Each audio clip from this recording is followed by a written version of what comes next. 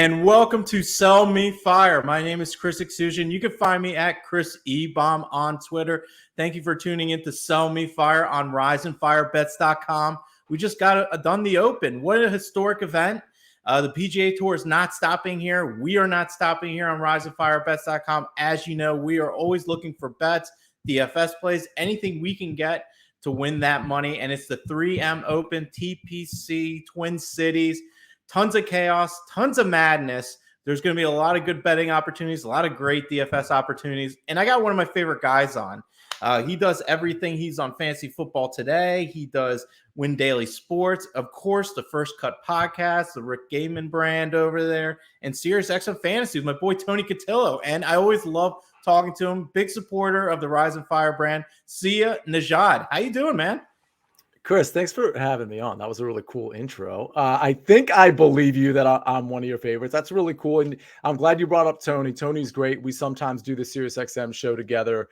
And, I know you did Heat Ratio Sports with him back in the day, and then you moved to the Sharp app, and now you're doing all kinds of like really cool things with both football and golf. And you are one of the good guys. Tony is one of the good guys. I mean, everybody in this community, we're all good guys, but honestly, like there's certain people that I just hold in very high regard, and Tony's one of them, but Chris, you are one of them as well. So I appreciate you having me on your show. Hey, see, I appreciate it, man. It's awesome to have you on. Pretty much what it comes down to, man, I haven't touched anything yet. No betting card yet. No DFS plays. I'm fresh in the water right now. There's plenty of water here at TPC Twin Cities, as we know. I'm looking to start my card either way possible, betting, DFS. I respect your opinion. We tend to click a lot with a lot of plays. I know you can sell me something. Sell me some fire this week for the 3M Open that I can punch in tonight. So, I'll start a little broad here because, while this tournament, I think you can be 100 to 1 shot, you can be 151 shot to win this thing historically over the last 3 years. That tends to be what we see. With that said, I mean, there are guys near the top that I like. Just if we're talking, I'll touch on DFS in a second, but if we're talking just like the outright card, I just want to bring up guys like Cam Davis. It's a pretty short number at 25 to 1. I don't like that as much, but as we go down the board to like Nick Hardy, for example, at 45 to 1, Austin Smotherman at 80 to 1.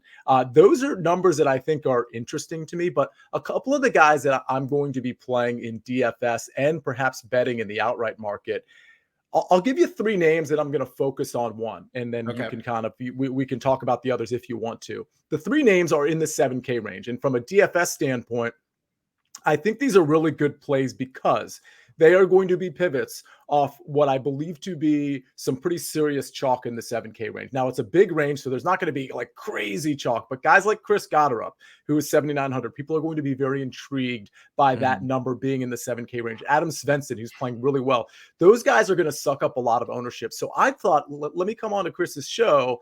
Let me come on to the Rise and Fire brand, Sell Me Fire, and just talk about some pivots and some guys that I actually think have genuine upside, both in the DFS, the outright, or maybe let's talk, top 40, for example. Here are the 3 names: Emiliano Grillo, Tyler Duncan, and CT Pan. These are names that are not typically on the map for some people. Of those 3 names, I think Grillo will probably have the most ownership.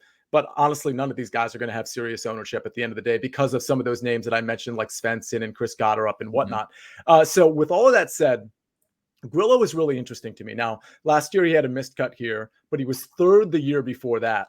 And not only do I think he's a good pivot, but he's playing well. So he missed the cut at the Open Championship. So broad perspective here, I don't care if anybody missed the cut, whether you're Rory McIlroy or Emiliano Grillo. I don't care if it was an easy course, if it was a hard course, if it was tough competition, if it was easy competition. One missed cut doesn't bother me, period. A couple.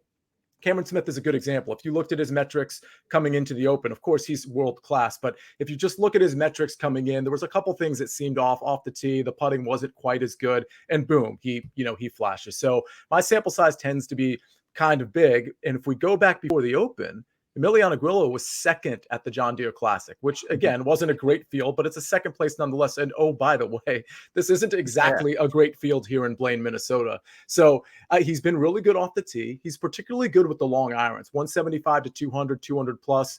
In one of those metrics, I believe he's first. And in the other one, yeah, and I'm looking at the last 24 rounds, 175 to 200. He's first in this field, 200 plus 67. So, those buckets can be kind of tricky, but you're still on the top half of the field in both. And clearly 175 to 200, he's elite. To the extent you have a putting issue with Emiliano Grillo, which is pretty typical for him, well, this is a no putt type of course. It could be a team no putt type of course. So that doesn't bother me quite as much. So you're looking at 65 to 1 in the top 40 market. He's plus 100. Again, given this watered down field, I actually think that's pretty good, especially not just the recent form, but especially knowing that he's finished third place here just 2 years ago. I think plus 100 in the top 40 market is pretty great. So, yeah, what you were talking about before with Grillo, he got that second in the John Deere Classic. Weak field. This is the same kind of weak field. These greens are typically some of the easiest greens on tour, so your bad putters should be able to excel with that. I get that as well. And this is what it really comes down to. His approach play has been pretty solid his last 3 out of his last 4 rounds. His ball striking has been able to complement him as well. And really, his real downfall has been around the green. But honestly, around the green play is kind of negated in this event. So the weakness that's been along with Grillo simply won't really matter that much. That's right. And I should actually, I kind of misspoke earlier. I said how bad of a putter he is. But if you look at the last 24 rounds, the putting has actually been decent. He's actually 67th last 24 rounds. The buckets I was talking about, 175 to 200, he's 76th, and it's 200 plus that he's first. So just to clear that up, he's basically right at the half, at the median range in 175 to 200, but 200 plus he's first over the last 24 rounds. And to your point, around the green game, I'm not even looking at it really. No. I mean, I want to see what the number is, but I'm not factoring it into my model. And as far as the putter is concerned, while that has been a crutch for him or a problem for him historically, he's actually been okay with it the last 24 rounds. So all of those things really speak to me at 7,600 and at 65 to 1 in the top 40 market at plus 100. I think he's a guy you're getting some value out of. Yeah. So what else were you looking at real quick? Yeah, so Tyler Duncan is really interesting. His history here isn't very good, but at 7,100 in DraftKings and at 100 to 1 to win, I mean, I probably prefer him in the top 40 market at plus 120. But listen, he's gained ball striking 6 tournaments in a row, and while he doesn't hit it far, you're not required to hit it far here. Yes, it helps, but you're not required to hit it far here. He rates out really well off the tee. He rates out well on approach.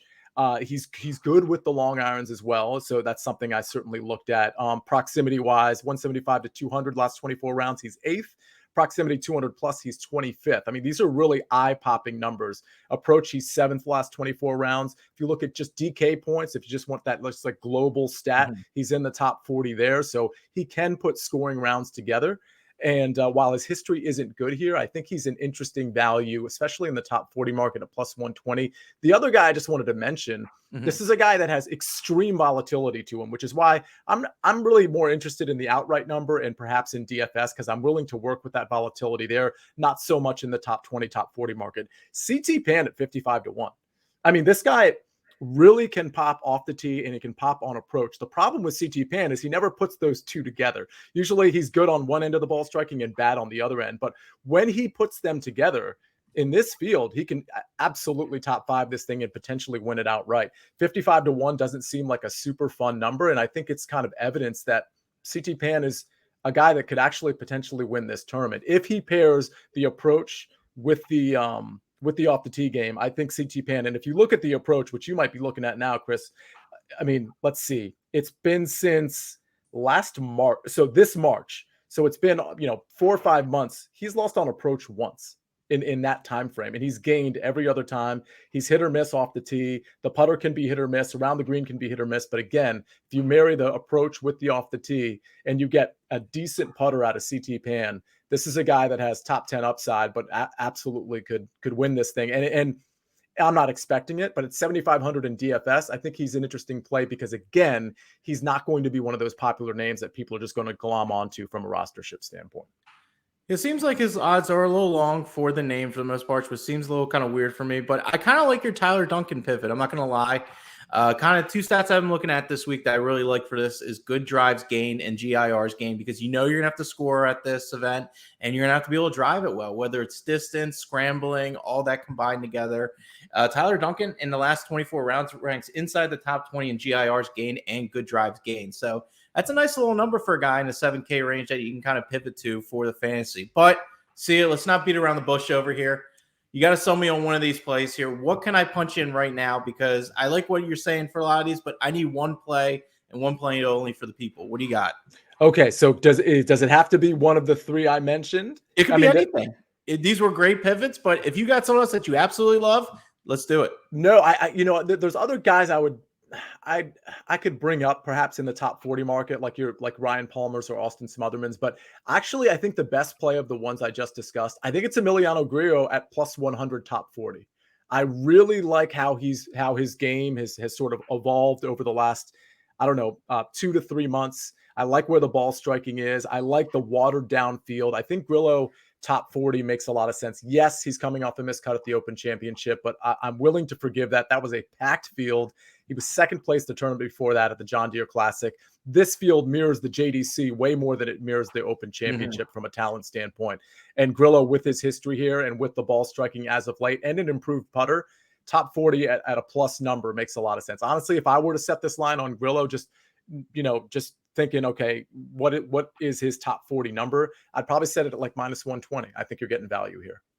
Yeah, and we talked about it off air before this, of course, that golf is one of those sports that the bookmakers really don't get a good grasp on nowadays, because the fields are so big and the names aren't as big that come with this. You see the cut from last week, and now he's plus money, but you realize he's playing in a weaker field like the John Deere Classic, and where he got second in that. So I absolutely love it. I love when I'm getting even money of top 40. I've cashed a bunch of them with Martin Laird this year. He's been a top 40 machine for the most part. Stuart Sink tends to fall in there at times as well when he gets hot on a narrow course and everything. But I like it. You sold me, man. I like even money winners. You don't have to lay any when you don't have to lay any juice in sports betting. It's always a good start. That's true. And it's, it's funny because we kind of shy away from like the plus 100s in golf because we're so conditioned to be like, I want to take this guy at 15 to 1 or this guy at 80 to 1. But that top 40 market, to the extent your book offers it, because especially some of the offshore stuff, they'll cut it at top 20. But top 40, like it's really the market you should like for winning money in golf. To me, it's head-to-head matchups, both pre-flop and in tournament. That's where I win most of my money, except for this year where I just like hit all the first round leaders somehow. But it's head to head and it's top 40. That's to me where you should be leveraging most of your money. Yeah, I totally agree. That's what I did last week. The only shining moment of my card was my two matchup plays with DJ over Brooks and actually getting plus money with Scotty Scheffler over John Rahm. I mean, it was absolutely crazy. I believe I got like plus 130 or something like that with Scheffler over Rahm, which was pretty outrageous. But yeah, I understand completely where you're coming from. Those round matchups are key, and top 40 markets, man, because a lot of the times if you think they're going to do well, you're typically not going to get the dead heat rule a lot with top 40, because if you think they're going to be in contention, they might drop to like T26, but you'll still cash. So I love it. Before you go, Sia, where can they find you this week? You're doing all sorts of stuff. Yeah, so I just recorded with Rick and Greg Ducharme for the First Cut DFS show, which was really good. We went off on some tangents at the end. I highly encourage everybody to listen to all 60 minutes of that show. We literally just recorded it. So check that out. Obviously, I'll be on SiriusXM this Saturday night. I'm recording a Fantasy Football Today DFS show tomorrow with one of the new Sportsline members named Prop Stars, who, Chris, you're probably familiar with. He is one of the best handicappers I've ever been around, and he's coming on the show to talk about some of his bets, and I'll put a DFS sort of slant to some of the futures bets he likes. So that'll be an interesting show. So yeah, you can find me on the CBS Sports brand at the First Cut Pod. You can find me Fantasy Football Today DFS. We record every week, and then we'll go twice a week once we get closer to the season. And then of course SiriusXM Fantasy Sports Radio. So, and then we have of course the PGA Draftcast Tuesday night at 8:00. That's an excellent show. It's a completely different format, Chris, kind of like this. And this is what I appreciate about you and what you're trying to do now and in the future is you're kind of like changing up the format, changing up the style. You're giving people something different. And I think that's really important in a very crowded space. And that's what we're doing on the PGA Draftcast. That's, of course, with Spencer Aguiar. It's with Joel Schreck. And usually we have a guest. Chris, I'd love to have you on sometime in the near future. But we've had some like really big time guests, including Jeff Feinberg recently, Jason Sobel, PGA Tout, Model Maniac, you name it. Andy Lack. Yeah. Everybody's kind of clamoring to come on the show because it's fun, frankly. So, Chris, hopefully we'll have you on soon as well. Yeah, absolutely, man. You tell me when. We'll schedule it up. You talk to my secretary, all right? Yeah, I will. I got her. Chris, I got her on the speed dial. You know that.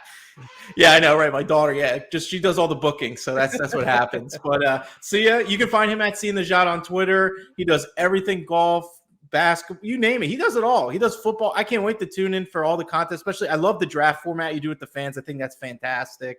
I think that's a really cool little wrinkle to it all. It's always fun to see something different, like you said. But yeah, man, excited for football as well. I'm not gonna lie. I'm gonna get my hat back in the ring in football and try some new stuff this year as well. But at Seeing the Nejad. Thanks a lot, See. Let's go make that money. Chris, thanks so much, man. Yep. See you soon. All right.